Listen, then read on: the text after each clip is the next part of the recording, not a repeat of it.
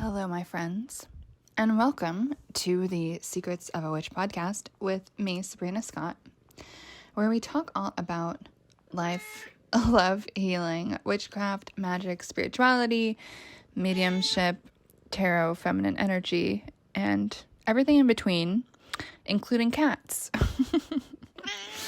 So, as I'm recording this, Awaz is headbutting my phone and shaking her head. So if you hear any weird noises or loud purring, that is what is going on. I'm putting the phone up to her, see if she will purr for you guys.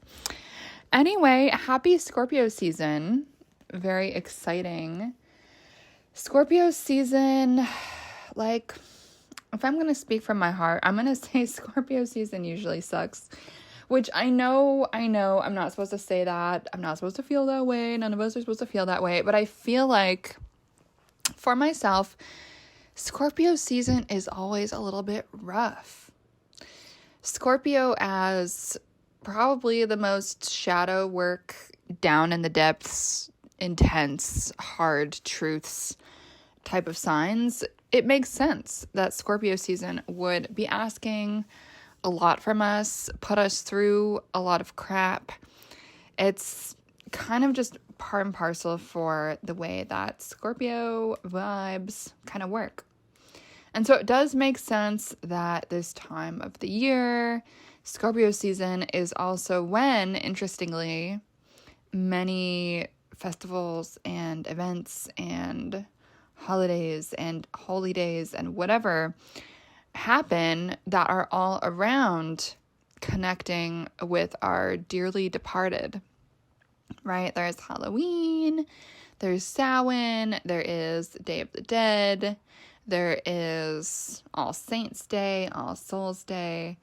As I said in a previous episode, this time of year does tend to be all about spiritual vibes. I've heard some people call this the season of the witch. Personally, I think it's a season of the witch all the time. I'm sure you guys probably agree.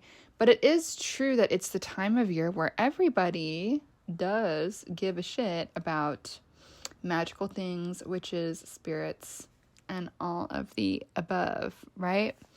And so if you are feeling a little bit inspired, maybe you want to connect with your ancestors. And I'm going to ask you guys, do you want to connect with your ancestors? Like, 'cause I know not everyone really does. Like, not everyone does want to do that work of connecting with those who have passed. But if you do, my question for you is this. Why hire a medium or go from medium to medium to medium to medium, which I've seen people do, which I really don't recommend. I think it's an unhealthy thing to do. Why do that when you can just learn mediumship skills and spirit communication skills yourself? This is very much like, learning to fish instead of just buying fish every 2 seconds. This is the spiritual equivalent of that. And I really do believe that everyone, even though it might take a little bit more effort for some people than others, everyone can learn these mediumship skills. Everyone can learn some spirit work skills. Everyone can learn to communicate at least a little bit with their departed loved ones. Like, it's a thing that you can do. And maybe you're estranged from more immediate family like I am, and maybe you would like to have better relationships in spirit than you were able to have in life with certain people. Or maybe you want to be that witchy person who is working on healing some of those intergenerational traumas and curses that have been reverberating throughout your family, right? Maybe you're deciding the buck stops here. I'm going to figure this out, how to communicate, how to do this spiritual ancestor-based communication, whether that's magic or just channeling. So my friends, why hire a medium when you can learn to be one yourself? This is my question. The time is now. Scorpio season has arrived. And so if this is something you've been thinking about, maybe you've been hoping or dreaming of having these skills, this is the time of year when we are all invited to go deep into our shadows, the depths of our subconscious, and also into the depths of our ancestry, of the spirits that we are related to, maybe it's blood, family, chosen family, who have passed. And many of them still do walk with us, right? And you might want to avoid all this stuff, and you can only avoid it for so long because honestly, I feel like in Scorpio season in particular, we tend to be dragged there into the shadows, into our ancestry, into the darkness, whether we want to go or not, right? And so I don't think it's any accident that this time of year is considered to be, ooh, the veil is thin, and there's so many holidays around the dead. And so if you are called to do this work, I would really recommend leaping into it, right?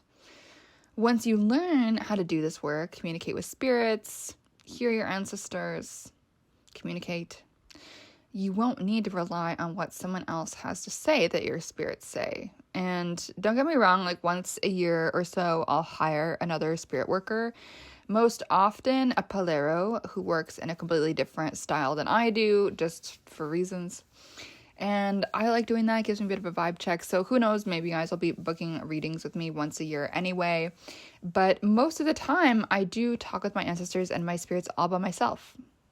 You know, sometimes it's just pure mediumship, and sometimes it's altar-based work, and sometimes I just like to get a little bit of help from my tarot cards, and I like this balance.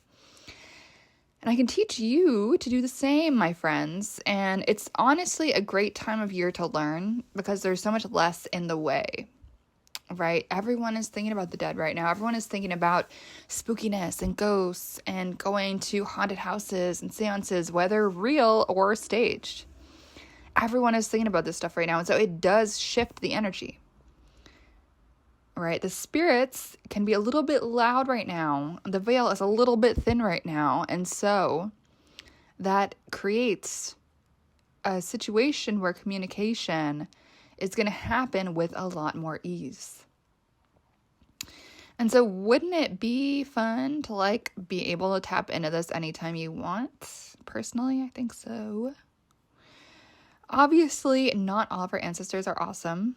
That is totally okay. And you can learn to communicate with the ones you want to communicate to, and how to create spiritual boundaries with those you would rather not communicate with.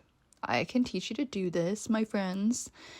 I'm really, really excited to be offering these 2 masterclass workshops at the end of the month, aka this weekend, which is like kind of crazy that the month has ended this quickly. I'm just like, where did the time go? And it's not as hard as you might think it will be, right? It just takes time, commitment, intention, practice, and some good mentorship, and that's the part where I come in. So I am offering 2 live workshops this weekend to help you learn these skills that have served me very, very, very, very well in my life. You can attend live or get the recording and keep and listen to it as many times as you want, whenever you want. So whether or not you get to attend live, you will get the recording. That is how I run my stuff. So do not worry about the time. And so I wanted to just go over what I'll be teaching in each of these masterclasses, which are held back to back.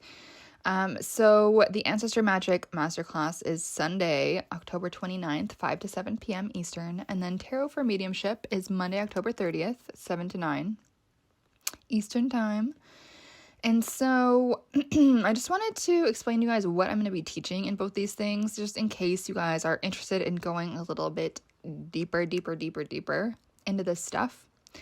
So in the Ancestor Magic Masterclass, I will be teaching all about how to work with your ancestors, no matter when they passed, whether that is recently or whether they passed hundreds of years ago. So here's a little list of some of the things I'll be covering. First of all, why you'd even want to work with your ancestors at all. Working with recent ancestors. Working with distant ancestors. How and why to work with deceased family members with whom you did not have a good relationship in life. Trust me, I have been there. This is super important, and it's possible to do this if you want to. It's not mandatory, obviously. Nothing is mandatory, but this is possible. How to work with ancestor magic to heal intergenerational trauma. Spirit Contact 101 with our ancestors. Different types of ancestors, as well as how and why to work with them. So blood relatives, cultural ancestors, artistic ancestors, chosen family, adoptive family, etc. How and why to create ancestor altars. How to design rituals where you connect with ancestors. How to work with ancestors in magic for other purposes, and more.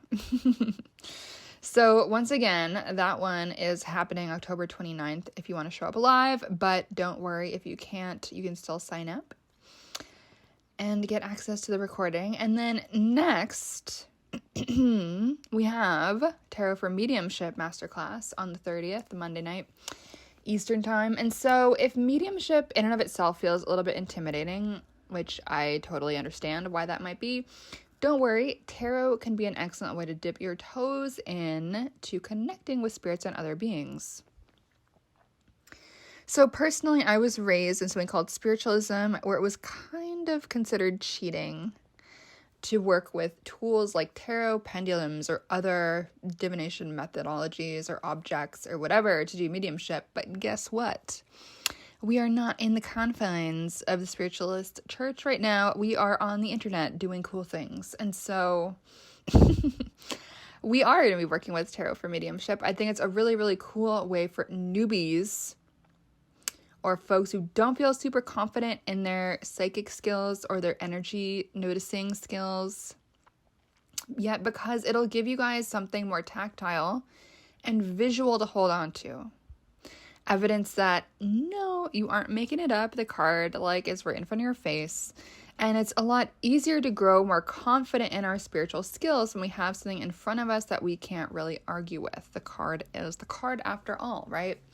So in this session, I'll cover why work with tarot for mediumship, how tarot can be a great mediumship tool, how to call in ancestors, spirit guides, and the dearly departed, how to set up the space for your mediumship-based tarot reading, very important, how to read the court cards in tarot for mediumship, how to understand major arcana in tarot for mediumship, how to understand the minor arcana in tarot for mediumship, because it is a little bit different, what questions to ask, how can you tell if a spirit is present, what decks to use, and how to select your deck or decks for tarot mediumship, and why this even matters, offerings and giving thanks to spirits for showing up, reading techniques in tarot for mediumship, and more, my friends. And so there will be links to enroll in the description of this episode.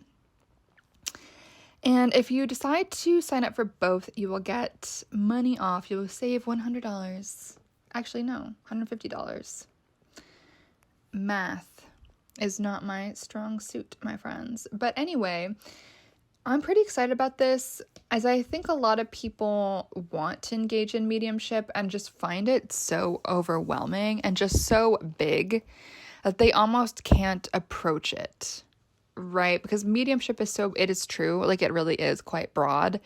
It is so vast that, what does that really even mean? It's connecting with spirits, but how do you do that? And so with these two masterclasses, my intention is to make it a little bit back down to earth and tactile in a way that it's not overwhelming, and you guys will get all of my handy dandy instructions and cheats on how to make this process a lot easier, facilitate your energy skills, facilitate your energetic listening, facilitate your noticing of spiritual energies and messages from the spirits.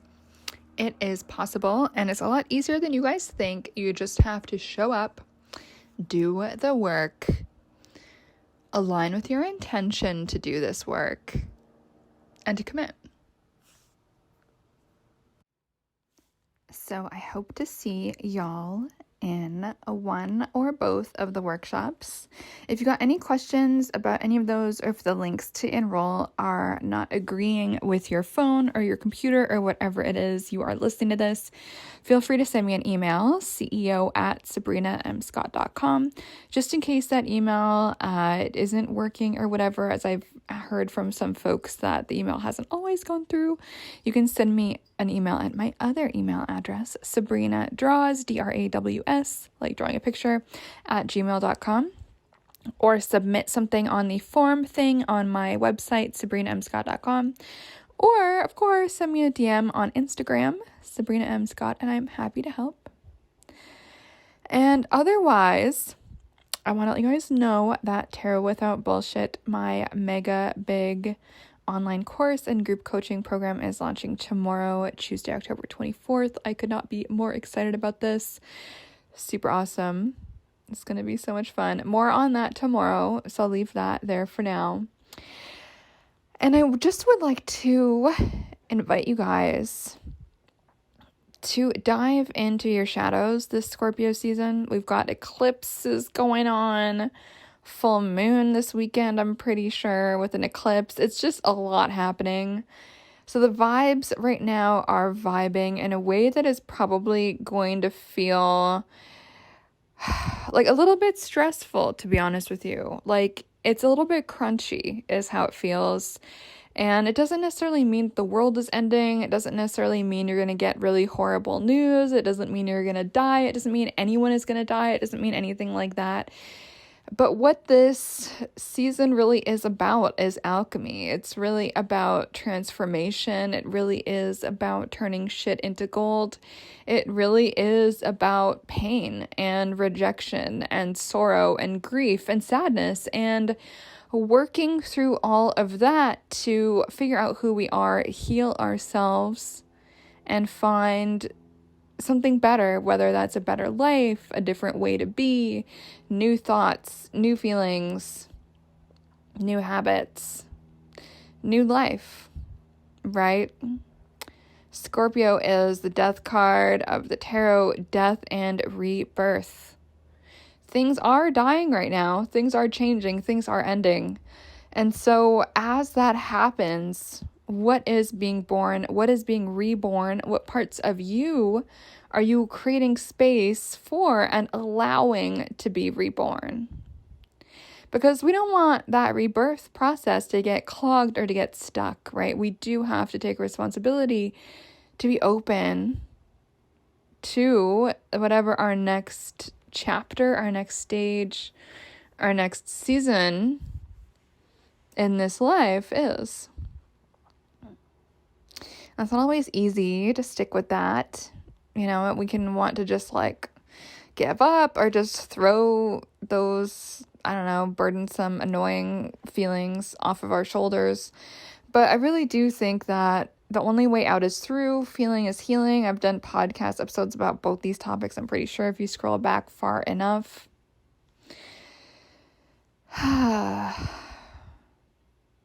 Scorpio season, my friends. We have to exhale before we can actually inhale. We have to allow parts of ourselves to be released.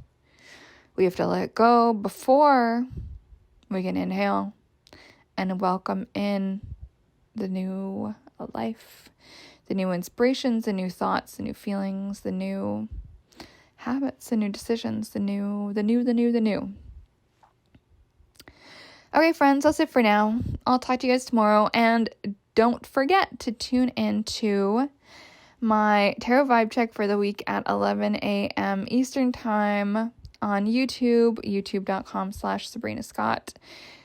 Live tarot forecast for the week ahead. I'm really curious what all it's going to say. And of course, I'll also be talking a little bit about Tarot Without Bullshit over there too. If you're not subscribed to my mailing list, there is a link to subscribe on my website somewhere. Or reach out to me in some kind of way and I will add you manually to the list if you can't figure it out yourself. Okay, friends, that's it for now. Talk to you soon. Bye.